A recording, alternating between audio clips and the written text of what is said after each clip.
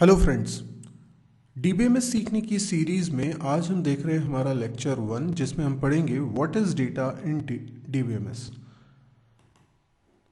Data का मतलब होता है इंफॉर्मेशन। आप जब भी कोई सॉफ्टवेयर बनाते हैं तो आप कई तरह के डेटा को हैंडल करते हैं। तो डेटा किसी भी प्रकार की इंफॉर्मेशन हो सकती है। हमारा नाम एक डेटा है, हमारा फ़ोन नंबर एक डेटा है, आज डेट क्या है वो भी एक डेटा है।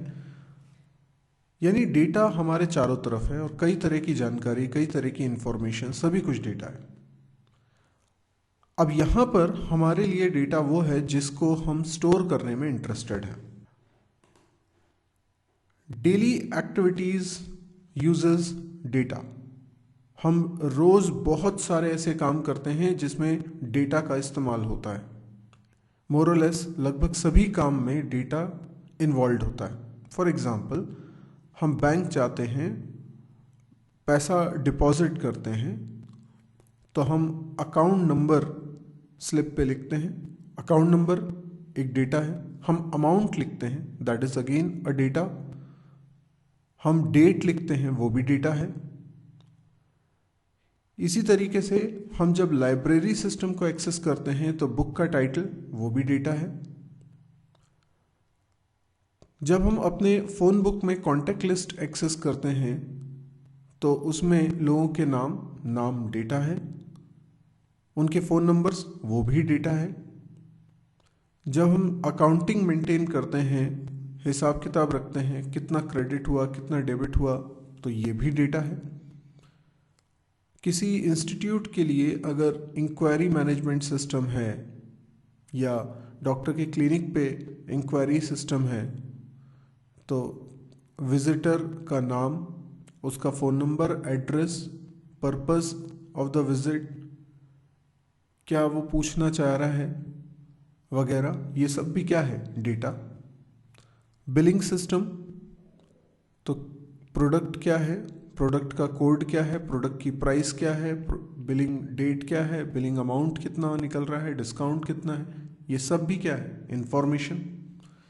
हम होटल मैनेजमेंट की बात करें तो room numbers, available room, room की properties, they are all data. तो हम रोज़मर्रा की ज़िंदगी में जो भी काम कर रहे होते हैं उसमें किसी न किसी प्रकार की इंफॉर्मेशन इन्वॉल्व होती है। अब एक बड़ा ही अहम सवाल है कि सॉफ्टवेयर क्यों बनाए जाते हैं। सॉफ्टवेयर बनाने से कई लोग ऐसा जवाब देते हैं कि सॉफ्टवेयर बनाने से हमारा काम आसान हो जाता है, बहुत स्पीडली हम काम कर लेते हैं।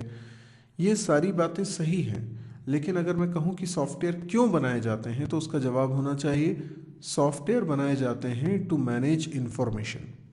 यानी किसी न किसी प्रकार की इंफॉर्मेशन को मैनेज करने के लिए ही सॉफ्टवेयर बनाए जाते हैं। अब जैसे बैंक में जो सॉफ्टवेयर है वो हमारे अकाउंटिंग को मैनेज करने के लिए सॉफ्टवेयर, या एटीएम मशीन में जो सॉफ्टवेयर है वो हमारे अकाउंट, उसके ट्रांजैक्शन से रिलेटेड इन्फॉर्मेशन को मेंटेन करने के लिए एक सॉफ्टवेयर है। हमारे मोबाइल फ़ोन में जो कॉन्टैक्ट लिस्ट कंटेन करने के लिए सॉफ्टवेयर बना हुआ है, that is again a software जो कि लोगों के नाम और नंबर्स को हैंडल कर रहा है। आप देख लीजिए, कोई भी सॉफ्टवेयर काम क्या कर रहा है, किसी न किसी प्रकार की इंफॉर्मेशन को मैनेज कर रहा है। वो इंफॉर्मेशन कई प्रकार की हो सकती है, लेकिन वो मैनेज किसी न किसी इंफॉर्मेशन को करता है। ये मैनेज एक बहुत ही बड़ा टर्म है। मैनेज करने में हम डेटा को स्टोर करना, प्रोसेस करना, एक्सट्रैक्ट करना, ये सारी चीज़ें उसमें हो सकती हैं। सॉफ्टवेयर बनाने के कई फ़ायदे हैं। अगर आप सॉफ्टवेयर बना के काम नहीं करते हैं तो इससे पहले आप मैनुअल सिस्टम में काम कर रहे थे। फॉर एग्ज़ाम्पल, अगर आप मोबाइल में फ़ोन बुक सॉफ्टवेयर यूज़ नहीं कर रहे थे तो इससे पहले तक क्या करते थे? जब मोबाइल फ़ोन्स नहीं थे तब हम एक डायरी मेंटेन करते थे जिसमें लोगों के नाम और नंबर स्टोर करते थे। आपको अगर याद हो तो उस दौरान अगर हमें कोई नंबर ढूंढना होता था तो उस डायरी में ढूंढने में भी हमें दिक्कत जाती थी। कई बार बहुत ढूंढने पर हमें ये पता चलता था कि ये डायरी में ये नंबर है ही नहीं, तो काफ़ी समय भी लग जाता था।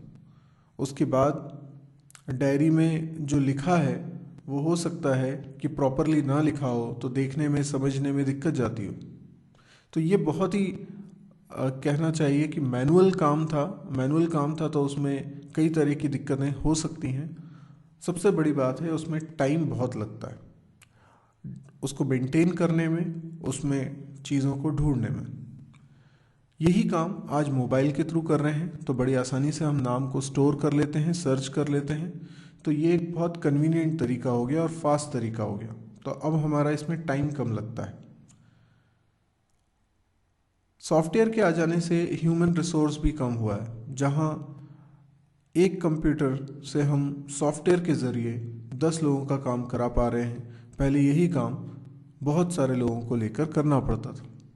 तो आजकल किसी भी सिस्टम में आप देख लीजिए, चाहे रेलवे सिस्टम हो, चाहे बैंकिंग सिस्टम हो, चाहे शॉपिंग हो, सभी जगह पर कंप्यूटराइजेशन हो गया है और सभी जगह पर सॉफ्टवेयर्स का भारी इस्तेमाल हो रहा है, जिसके कारण ह्यूमन रिसोर्स सही जगह पर इंगेज्ड है और अब उसे ये जो मैनुअल काम पहले किए जाते थे वो करने में अपनी एनर्जी वेस्ट नहीं करनी पड़ती।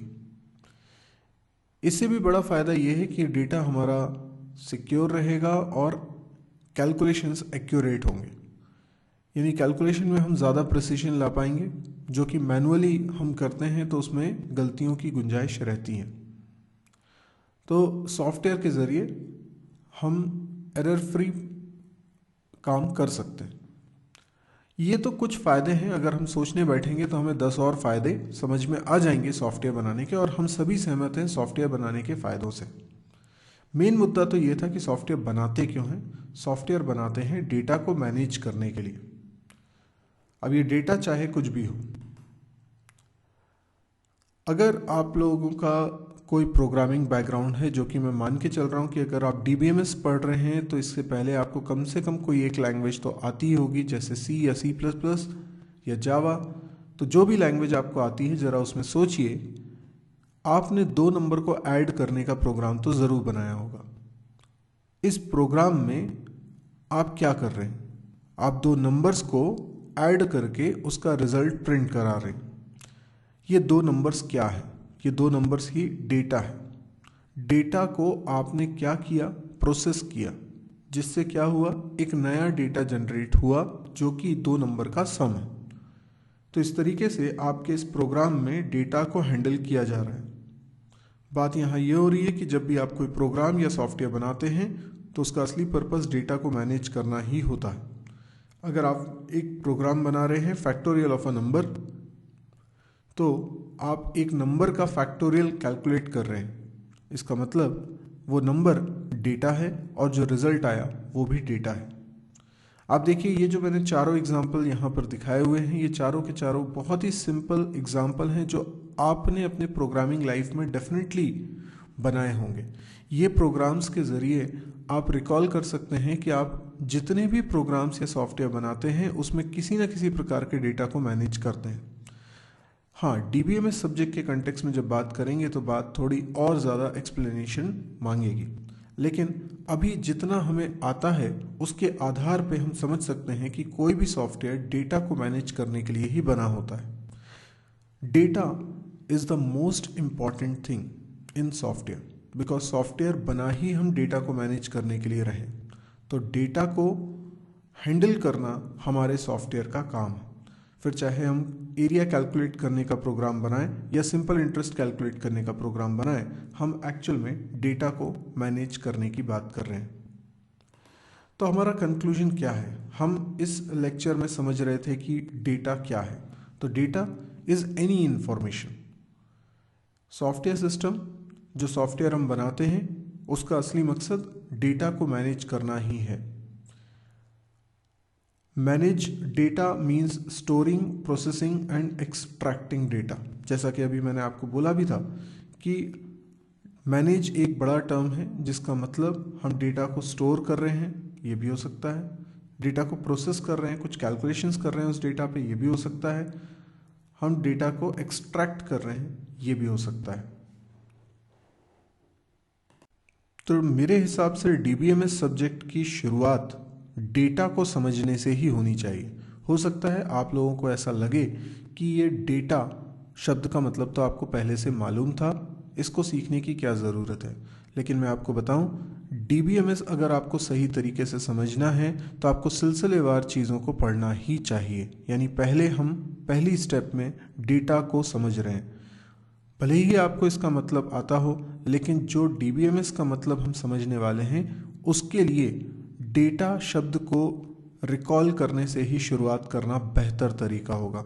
मेरे आगे की वीडियोस में आप DBMS को बेहतर तरीके से समझ पाएँ, उसके लिए ज़रूरी था कि आप डेटा का मतलब अच्छी तरीके से समझ जाएं, क्योंकि DBMS का मतलब होता है डेटाबेस मैनेजमेंट सिस्टम, जिसका पहला शब्द ही है डेटा।